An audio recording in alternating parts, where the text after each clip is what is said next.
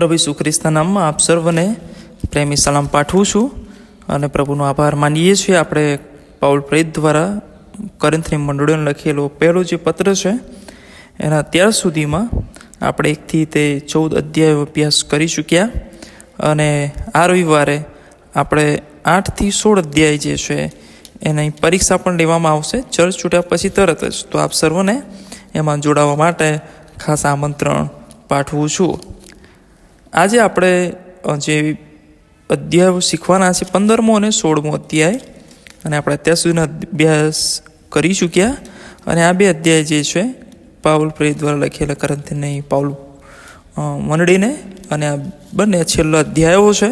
અને પછી બીજો પત્ર એ શરૂ થાય છે. એટલે આપણે કોરિન્થીઓને પહેલો પત્રનો અભ્યાસ અહીં આગળ પૂરો કરીશું આજે. પણ અત્યાર સુધીના અભ્યાસમાં ઈશ્વરે કૃપા આપી એના માટે ઈશ્વરનો આભાર માનીએ છીએ. અને તમે બધા પણ જોડાયા અને એના માટે પણ ઈશ્વરની સ્તુતિ કરીએ છીએ. હવે ડિસ્ટ્રિક્ટની રાતની સંગતો શરૂ થાય છે, એના લીધે અત્યારે ઓનલાઈન એ હું અભ્યાસ મૂકી રહ્યો છે. પણ આવનાર સમયમાં આપણે ફરીથી ચર્ચમાં આવીશું અને બધા સાથે અભ્યાસ કરીશું. પણ અત્યારે આપણે આ અભ્યાસમાં આગળ વધીએ પહેલાં ઈશ્વરની આપણે સહાય માગીએ, પ્રાર્થના કરીએ. અમારા જીવતા પ્રેમાળ ઈશ્વર, અમે તમારી પાસે આવીએ છીએ અને આ તમારા પવિત્ર વચનો શીખવા માંગીએ છીએ. ત્યારે પ્રભુ અમને તમારી સમજ આપો, તમારા આત્માની દોરવણી આપો, અમારી નિર્બળતા અમને સહાય કરો, અમારા પાપોની ક્ષમા આપો. ઈસુ ખ્રિસ્ત મારફતે માંગીએ છીએ, સાંભળો અને સ્વીકાર કરો બાપ. આમેન. 15મા અધ્યાયમાં આપણે જે બાબત જોઈએ છે કે પાઉલ આ કોરિન્થની મંડળીને એ સુવાર્તા વિશેની વાત કરે છે કે મેં તમને એ પ્રગટ કરી અને એ તમારી આગળ હું લાવ્યો અને તમે બધા એનો સ્વીકાર પણ કર્યો અને ઘણા બધા લોકો એમાં સ્થિર પણ રહ્યા.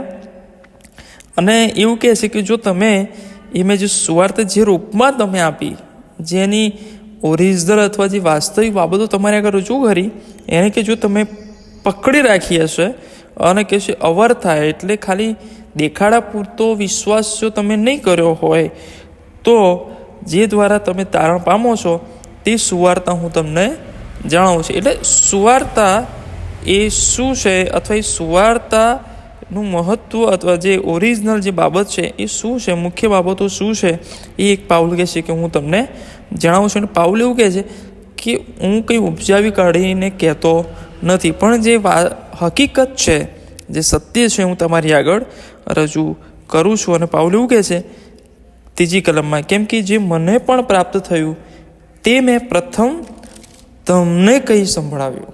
અને કહે છે તમે પ્રથમ એ સાંભળનારા થયા. તો શું સંભળાવ્યું મેં તમને? તેવું કહે છે ધર્મશાસ્ત્ર પ્રમાણે ખ્રિસ્ત આપણા પાપને સારું મરણ પામ્યો. પછી 4થી કલમમાં લખે છે કે ધર્મશાસ્ત્ર પ્રમાણે દાટવામાં આવ્યો અને 3જી દાડે તેનું ઉત્થાન થયું. અને કેફાને એટલે પિત્તરને તેનું દર્શન થયું. પછી 12ને એટલે ક્રમ બતાવે છે કોને કોને થયું. પ્રભુ ઈસુ ખ્રિસ્ત ઉઠ્યા તો પહેલાં પિત્તરને એનું દર્શન, ઈસુ ખ્રિસ્તનું દર્શન થયું. પછી 12 શિષ્યોને દર્શન થયું. પછી એક સાથે ઘણા 500 કરતાં પણ વધારે ભાઈઓને એનું દર્શન થયું. અને એવું કહે છે કે જ્યાં પાઉલ જ્યારે પત્ર લખી રહ્યો છે ત્યારે કહે છે કે જેમણે ઈસુ ખ્રિસ્તનું દર્શન મળ્યું એ બધા લોકોમાંના ઘણા હજુ જીવે છે અને કેટલાક ઊંઘી ગયા છે કે આપણે જે શારીરિક મરણ છે એ શરૂઆત પૃથ્વી પરનું એની વાત કરે છે કે એવા ઘણા બધા લોકો મરણ પણ પામ્યા છે. અને લખે છે પછી યાકૂબને દર્શન થયું, પછી ઘણા બધા પ્રેરિતોને દર્શન થયું. અને પાઉલ પોતાની વાત લખે છે 8મી કલમમાં કે જાણે અકાળે જન્મ્યો હોઉં તેમ સર્વથી છેલ્લે મને પણ દર્શન. તો એટલે છેલ્લું જે દર્શન છે, કારણ કે પ્રભુ ઈસુ ખ્રિસ્તનો સ્વર્ગારોહણ થઈ ગયા પછી આ પાઉલને દર્શન મળ્યું હતું. એટલે પાઉલ એવું કહે છે કે મને પણ ઈસુ ખ્રિસ્તનું એ દર્શન થયું છે. અને કેમ કે પછી પોતાની જાતને એ મૂકે છે કે અકાળે જન્મ્યું એવું કહે છે, છેલ્લે મને દર્શન થયું એવું કહે છે. પોતાની જાતને 9મી કલમમાં કહે છે કે પ્રેરિતોમાં તો હું સર્વથી નાનો છું એવું કહે છે. ઇવન એવું કહે છે કે હું તો પ્રેરિત ગણાવવાને પણ યોગ્ય નથી.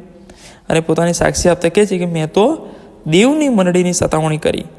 અને પછી કહે છે પણ હું જે કંઈ કરું છું, હું જે કંઈ છું તે દેવની કૃપાથી છું. હું અત્યારે બડાસ મારતો નથી મારા જીવન વિશે, મારી સાક્ષીઓ વિશે, મારા સેવા વિશે, પણ હું કહું છું કે જે કંઈ હું છું તે ફક્ત દેવની કૃપાથી છું. અને પછી લખે છે કે સર્વના કરતાં મેં વધારે મહેનત કરી. અને પછી મેં તો નહીં, પણ કે દેવની કૃપા મારા પર હતી, તેણે કહે છે કે મેં એ વધારે મહેનત કરી, પણ એ દેવની કૃપાથી એ મેં વધારે મહેનત કરી. પાઉલ એ જે સુવાર્તાની વાત કરે છે, પોતાની જાતને છેલ્લા ક્રમમાં મૂકે છે, છેલ્લે દર્શન થયું, અને પોતાની જાતને તુચ્છ પણ ગણે છે, નાનો ગણે છે, અને કે છે એણે કરેલા પાપોને, ગુનાઓને, એણે જે મંડળી સાથે કર્યું એ બધું એ એવું નથી કહેતું કે મેં નથી કર્યું, એ તો શેતાને કરાવડાવ્યું, એવી વાતો નહીં, પણ કહે છે કે મેં કરેલું, પણ ઈશ્વરની કૃપા મારા પર થઈ, અને હવે બધા કરતાં હું વધારે મહેનત કરું છું ઈશ્વરની કૃપાથી. અને એમ એ પોતે સાક્ષી આપે છે. એટલે પાઉલ છેલ્લે કહે છે 11 પછી, ગમે તો હું હોઉં કે તેઓ હોય, પણ અમે એ પ્રમાણે પ્રબોધ કરીએ છીએ, અને એ પ્રમાણે તમે વિશ્વાસ કર્યો. અમે એક જ વાત કહીએ શું, કે ઈસુ ખ્રિસ્ત આપણા પાપ માટે મરણ પામ્યો, આપણા માટે દટાયો, અને ત્રીજા દિવસે એનું ઉત્થાન થયું. આ જે મહત્ત્વની બાબત છે એ અમે બધા કહીએ છીએ, અને તમે પણ કહીએ છીએ, અને તમે પણ એ વાત પર વિશ્વાસ કર્યો. અને એટલે પાઉલ હવે જે મહત્ત્વની બાબત આ પ્રસ્તાવના બાંધીને લોકોને, આ કોરિન્થની મંડળીને જણાવે છે કે ઈસુ ખ્રિસ્ત એ મોયેલામાંથી ઉઠ્યો છે.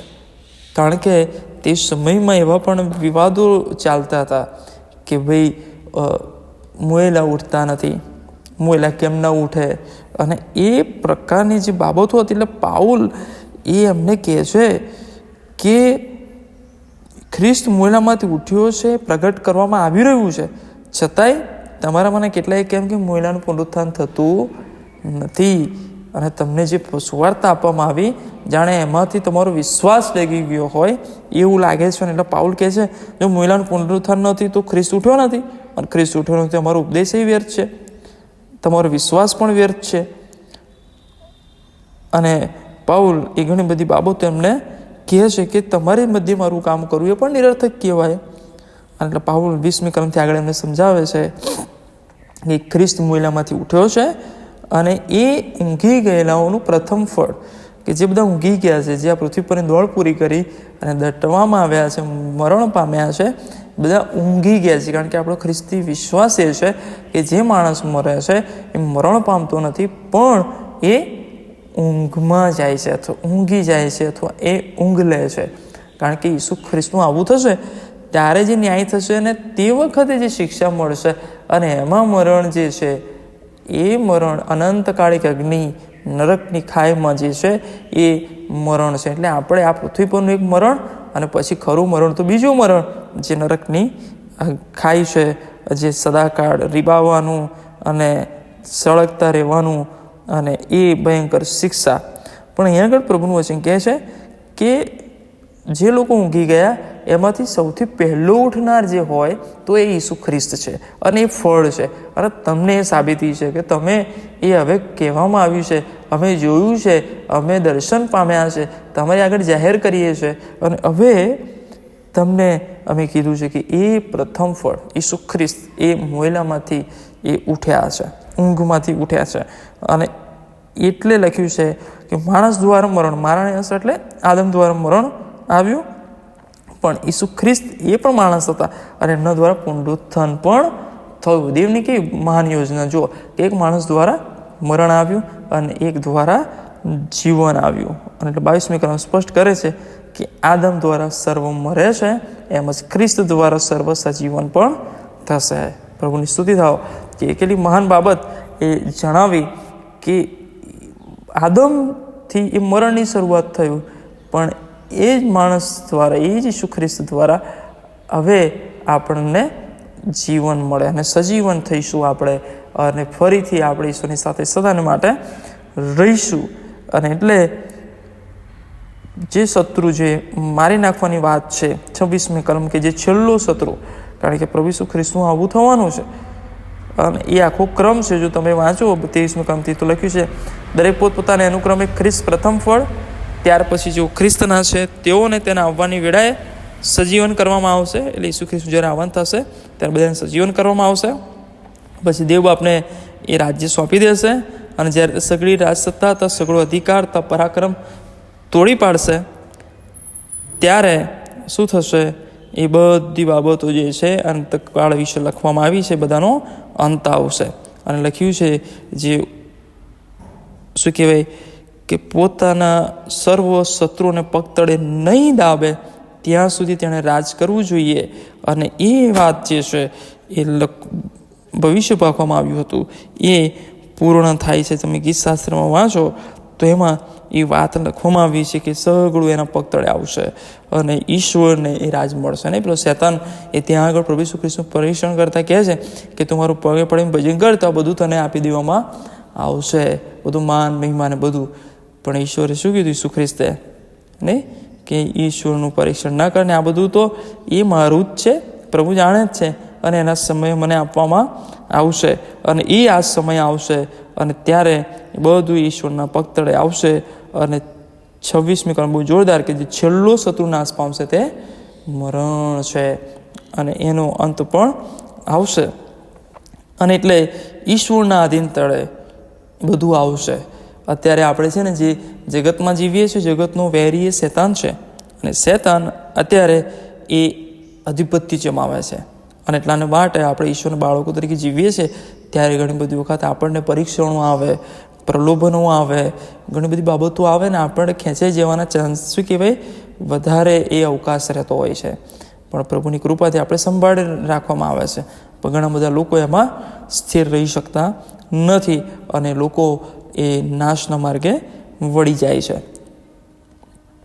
આગળ લખવામાં આવ્યું છે 29મી કલમથી આગળ કે જો એમ ન હોય તો જો મોયલાને સારું બાપ્તિસ્મા પામ્યા તેઓનું શું થશે? જો મોયલાનું પુનરુત્થાન થતું જ નથી તો તેઓને માટે લોકો શા માટે બાપ્તિસ્મા લે છે? અમે પણ શા માટે હરઘડી જોખમ પડીએ છીએ? ખ્રિસ્ત ઈસુ આપણા પ્રભુમાં તમારે વિશે મારું જે અભિમાન છે તેની પ્રતિજ્ઞા લઈને હું કહું છું કે હું દરરોજ પ્રભુના ભયમાં છું, મૃત્યુના ભયમાં છું. જો એફેસસમાં માણસની પેઠે હું સાવજોની સામે લડ્યો તો મને શું લાભ છે?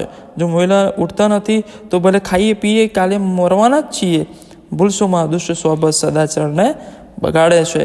ન્યાયપણામાં જાગૃત રહો, પાપ ન કરો, કેમ કે કેટલાય દેવ સંબંધી જ્ઞાન નથી, તમને શરમાવા સારું. હું કહું છું, પાઉલ સીધી વાત કહે છે કે તમને એવું લાગે મોયલાનું પુનરુત્થાન થતું નથી, મોયલાના માટે કે છે બાપ્તિસ્મા પામ્યા તો તેઓનું શું થશે? પુનરુત્થાન થતું નથી, તમે શા માટે બાપ્તિસ્મા લઈએ છે?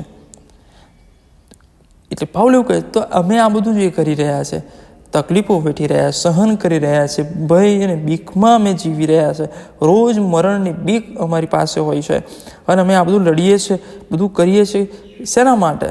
જો એ વિશ્વાસ અમને ના હોત તો અમે તમને ના જણાવ્યું હોત અને તમને ના જણાવ્યું હોત અને અમે રોજ ખાઈએ પીએ મરવાના છીએ તો પછી શું લાભ છે? આ બધી તકલીફો વેઠવાનો શું અર્થ છે? એટલે પાઉલ એમને કહે છે કે તમે એવી જે સોબતોમાં છો અને તમને જે આ બધી બાબતો ભરમાવે છે એ વાવથી તમે સાવચેત રહો.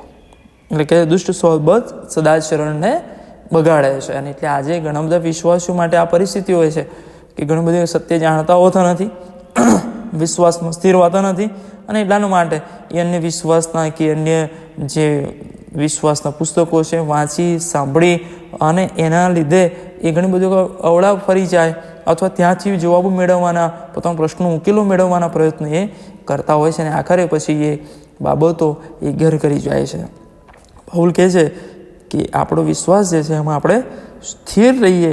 અને પાઉલ એવું કહે છે કોઈને એવું પણ પ્રશ્ન છે કે મોયલા સી રીતે ઉઠાડવામાં આવે છે અને પાઉલની જાણે ગુસ્સે થતા અકરાતા કહેતો હોય ને એવું કહે છે અરે મુક તું પોતે જે વાવે છે તો જો મરી ના જાય તો સજીવન પણ થાય નહીં અને તમે જેવું આવો છો એવું એ ઉઠશે, હે ને?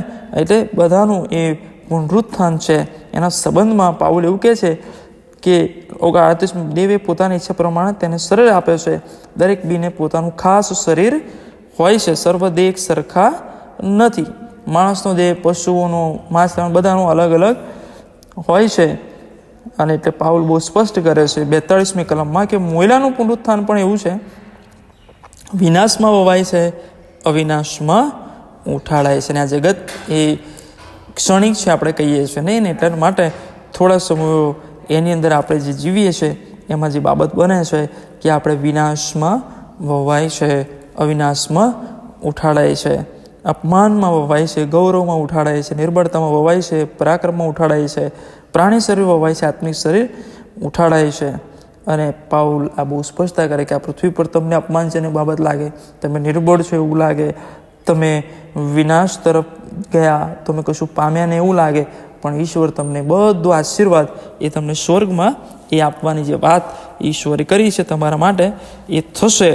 અને એટલા માટે પાઉલ બહુ સ્પષ્ટ કહે છે આત્મિક પહેલું હોતું નથી, પહેલાં પ્રાણી અને પછી આત્મિક. અને એટલા માટે આ પૃથ્વી પરનું આપણું શરીર છે ત્યાર પછી આપણને જે આત્મિક આશીર્વાદ છે સ્વર્ગમાં એ આપણને મળનાર છે. અત્યારે આપણે આ પૃથ્વી પરની પ્રતિમા એટલે માટીની પ્રતિમા ધારણ કરી છે, પણ એ સમય પણ બહુ દૂર નથી કે આપણે એ સ્વર્ગીય પ્રતિમા ધારણ કરીશું. એટલા માટે પાઉલ જે વધારે સમજણ આપે છે કે માંસ તથા રક્ત દેવના રાજ્યનો વારસો પામી શકતા નથી. આપણે આ શરીરમાં રહીને એ દેવનો રાજ્યનો જે વારસો છે પામી શકતા નથી. આ દૈહિક કામો કરીને આપણે એ આ વારસો પામી શકવાના નથી. તો જે મહત્ત્વની બાબત છે એ તો એ છે કે આપણે બધા જ જે અંતકાળની અથવા જે ન્યાયના સમયની જે વાત છે પાઉલ એવું સમજાવે છે કે આપણે સર્વ ઊંઘીશું નહીં, અને છેલ્લું રડશીંગડું જ્યારે વાગશે ત્યારે બધા એક પડકારામાં બધાનું રૂપાંતરણ થઈ જશે. અને પાઉલ બહુ ગજબની વાત એ કહે છે 53, 54 અને 55માં. અને પાઉલ જે છેલ્લી વાત એ આ અધ્યાયની અંદર કરે છે તો એ કે આપણે બધા જ એ અમરપણું ધારણ કરીશું, અવિનાશીપણું ધારણ કરીશું, આપણું રૂપાંતરણ થઈ જશે અને આપણે કે છે મરણ પર જય પામીશું. કારણ કે 55, 56, 57 કલમ જે મુખપાટ કલમ છે, અરે મરણ તારું જય ક્યાં, અરે મરણ તારું ડંખ ક્યાં, મરણ ડંખ તો પાપ છે અને પાપનું સામર્થ્ય નિયમ શાસ્ત્ર છે, પણ દેવ જે આપણા પ્રભુ ઈસુ ખ્રિસ્ત દ્વારા આપણને જે આપે છે તેને ધન્યવાદો. અને એટલે પાઉલ આ બધી વાતો એમને કહે છે, પુનરુત્થાનની વાત કહે છે, મરણની વાત કહે છે, અનંત જીવનની વાત કહે છે, અને પાછા ઉઠવા સંબંધીની વાત કહે છે, છેલ્લા રણશિંગડાની વાત કહે છે, અને આપણે મરણ પર વિજય પામીશું. આ બધી વાતો કહે છે. અને પાઉલ આ મંડળીને એવું શિક્ષણ આપે છે કે મારા પ્રિય ભાઈઓ, તમે સ્થિર અને દ્રઢ થાઓ. તમે વારે ઘડીએ એ કહે છે કે તમે વિશ્વાસમાં ડગી જશો નહીં, પણ તમને જે કહેવામાં આવ્યું છે એ સચોટ, સત્ય અને એકદમ પાક્કું કે જે તમે એમાંથી હલી શકો નહીં એવું તમને જણાવવામાં આવ્યું છે. અને એટલા માટે કે તમે પ્રભુના કામમાં સદા મચ્યા, અને કે તમારી સામે આવા પ્રશ્નો પરિસ્થિતિ આવે ત્યારે એ પ્રશ્નોના જવાબો તમારી પાસે છે અને તમે એના પર વિશ્વાસ કરો છો તો ટકી રહો, સ્થિર રહો, અને તમારું કામ, સેવાનું કાર્ય એ પડતા મૂકશો નહીં. અને પાઉલ એવું બહુ સ્પષ્ટ કહે છે કેમ કે તમારું કામ પ્રભુમાં નિરર્થક નથી એ તમે જાણો છો. એમ કહીને પાઉલ એમને સરસ બાબત કહે છે. અને પછી પાઉલ છેલ્લે હવે એ પોતાની છેલ્લી મુસાફરી એ કોરિન્થ તરફ કરવા માગે છે, પણ એની બહુ ઈચ્છા એવી નથી કે અત્યારે હું ત્યાં આગળ જાઉં. પણ પાઉલ એમની સાથે 16 અધ્યાયમાં એવું કહે છે કે સંતોને સારું ઉઘરાણા વિશે એ પાઉલ એવું કહે છે કે તમે તૈયાર રાખજો. દર અઠવાડિયે તમે ભેગા થાઓ ત્યારે તમે જે કમાયો છે એમાંથી કંઈક તમે ભેગું કરી રાખજો, એટલે કે હું જ્યારે આવું ત્યારે તમારે ઉઘરાણા કરવા પડે નહીં. કારણ કે આ જે ગરીબ સંતો છે જેમની જરૂરિયાતો પૂરી થતી નથી એ બધા લોકોને એ પૂરવું પડે. એટલે આપણે પણ સરસ મંડળીમાં વ્યવસાય દર રવિવારે આપણે આવીએ, ચર્ચમાં દાન આપીએ, અર્પણો લઈને આવીએ અને ઈશ્વરની સેવા કાર્યના માટે એ વપરાય. અને જે લોકો નિર્બળ છે એમના માટે ઉપયોગી બને, સુવાર્તા અને મિશનરી કાર્યોને માટે એ ઉપયોગી સાબિત થાય. અને પાઉલ ત્યાં આગળ તિમોથી વિશે પણ વાત કરે છે કે તિમોથી તમારી મધ્ય આવે તો તમે એને સંભાળજો, એને સાચવજો, અને એ પ્રભુનું કામ મારા જેમ કરે છે, અને એટલે તમે એમની સાથે રહેજો અને એને તમારે તુચ્છ માનવો નહીં. કારણ કે ઘણી બધી વખત જુવાનું હોય તો ઘણા બધા વખત એવું સમજે કે એને શું ખબર હોય, પણ એવું નહીં. પાઉલ કહે છે એ મારા જેવું જ કામ કરે છે, એને પણ એ જ પ્રકારનું માન તમે આપજો. અને અપોલોસ વિશે પણ વાત કરે છે કે એ હમણાં ઈચ્છા નથી પણ જે એ પણ તમારી મધ્ય આવશે. અને છેલ્લે પાઉલ એમને સલામ કરતા પહેલાં કહે છે સાવધ રહો, વિશ્વાસમાં દ્રઢ રહો, પુરુષાર્થન દેખાડો, બળવાન થાવ, અને જે કંઈ તમે કરો એ પ્રીતિથી કરો. આ બધું ગમે તેવું કરો પણ પ્રીતિથી કરો. કારણ કે 13મો અધ્યાય લખ્યો છે ને એ કહે છે પ્રેમ વગર બધું તમે જે કરો એ નકામું છે. એટલે કે છે પ્રીતિ તમે કરો, સાવધાની રહો, વિશ્વાસમય દ્રઢ રહો, પુરાસતન પણ દેખાડો, બળવાન પણ થવો, પણ બધું જે કંઈ કરો બધું પ્રીતિથી કરો. પ્રેમથી કરશો ને જેટલું એટલું એનો ફળો વધારે તમે જોઈ શકશો. અને પાઉલ 15મી કલમથી આગળ કહે છે કે બધાને સલામ કરે છે અને બધાના વિશે એ વાત પણ કરે છે. અને પાઉલ એ જે મંડળીઓ દ્વારામાં ગયો એ મંડળીઓ પણ એ કરંથની મંડળીને સલામ કરે છે. અને પાઉલ જે 22મી કલમમાં લખે છે, ગજબનું લખે છે કે જો કોઈ પ્રભુ પર પ્રીતિ કરતો ન હોય તો તે સાબિત થાવ તમે વિશ્વાસીઓના ટોળા તરીકે છો અને વિશ્વાસમાં છો, સેવાઓ કરો છો, બધું કરો છો. પણ પાઉલ એવું કહે છે કે જો કોઈ પ્રભુ પર પ્રીતિ કરતું ના હોય તો તે સાબિત થાવ, અને એમ કરીને એ પૂર્ણ કરે છે. અને બહુ ગજબની બાબત કે પાઉલ એ પત્રનો અંત એ પ્રીતિથી કરે છે કે 24મી કલમ, ખ્રિસ્ત ઈસુમાં મારી પ્રીતિ તમ સર્વોની સાથે થાવ. એટલે પાઉલ આ બધા પત્રો લખે છે, એમને મૂર્ખાઈ કે એમના પર ગુસ્સે થાય, શિક્ષા કરવાનું કે બધું કહે છે, પણ પાઉલ પ્રેમ કરે છે. એટલા માટે મંડળીને પત્ર પણ લખે છે, ચેતવણી પણ આપે છે, એમના પ્રશ્નોના જવાબો પણ આપે છે, અને એક સેવક તરીકે પોતાની ફરજ એ બજાવે છે. પોતાને નાનું ગણે, તુચ્છ ગણે છે, પણ મંડળી પર એની સેવામાં એ ઈશ્વરનો જે પ્રેમ છે એ મંડળીઓને પત્ર લખીને પણ એ જણાવે છે. અને આ આપણને પડકાર છે કે આપણે આજે સેવાઓમાં કેવા છીએ, નિર્બળ થઈ જઈએ, નિર્ગત થઈ જઈએ. આપણને ઘણી બધી વખત આપણા પ્રશ્નોના જવાબો મળતા ન હોય એવું લાગે, પણ ઈશ્વરે આપણને બધું દેખાડ્યું છે, બધું આપણને આપ્યું છે, અને આપણે એ વિશ્વાસમાં વૃદ્ધિ પામતા રહીએ. અને ઈશ્વર એવું કરવા માટે તમને બધાને સહાય અને મદદ કરો. આમીન. પ્રાર્થના કરીએ. અમારા જીવતા ઈશ્વર, આ તમારા પવિત્ર વચનના આશીર્વાદ માટે આભાર માનીએ છીએ. અને પ્રભુ અમને એવી કૃપા આપશે કે અમે આ વચન પર વધુ દૃઢ બનીએ, કે જેથી કરીને જગતના પ્રશ્નો, જગતની મુશ્કેલીઓ અમને એ નુકસાનકારક સાબિત ન થાય. ઈસુ ખ્રિસ્ત મારફતે માંગીએ છીએ, સાંભળો ને સ્વીકાર કરો બાપ. આમીન. હવે આપણે તારનાર પ્રભુ ઈસુ ખ્રિસ્તની કૃપા, દેવ બાપનો પ્રેમ, પ્રભુ પવિત્ર આત્માની દિવ્ય અને મીઠી સંગત, એનો આશીર્વાદ આપણી સાથે, તેના સર્વ લોકોની સાથે હર હંમેશ સુધી રહો. આમેન.